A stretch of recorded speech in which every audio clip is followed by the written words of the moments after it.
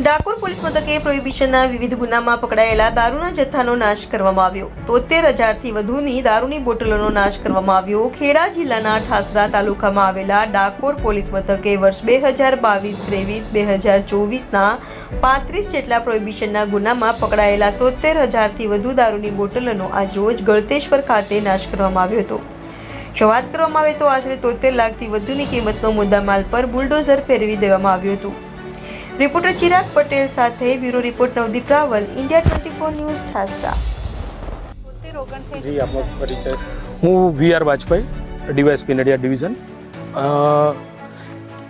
खेड़ा जिल्लाना गलतेश्वर खाते आज रोज जे प्रोहिबिशन मुद्दामाल होय नामदार कोर्टना हुकमथी जेने नाश करवानी मंजूरी मळेली छे ते बाबते एसडीएम ठासरा ना अध्यक्षस्थाने एक कमिटीनी रचना करवामां आवेली जेनी अंदर एसडीएम ठासरा साहेब અને નશાબંધી અધિક્ષક સાહેબ અને ડીવાયએસપી નડિયાદ તરીકે હું હાજર રહેલ છું।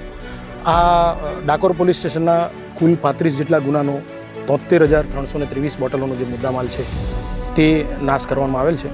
કુલ લગભગ 73 લાખ જેટલો મુદ્દામાલ જે છે એ આજરોજ નાશ કરવામાં આવવાનો છે।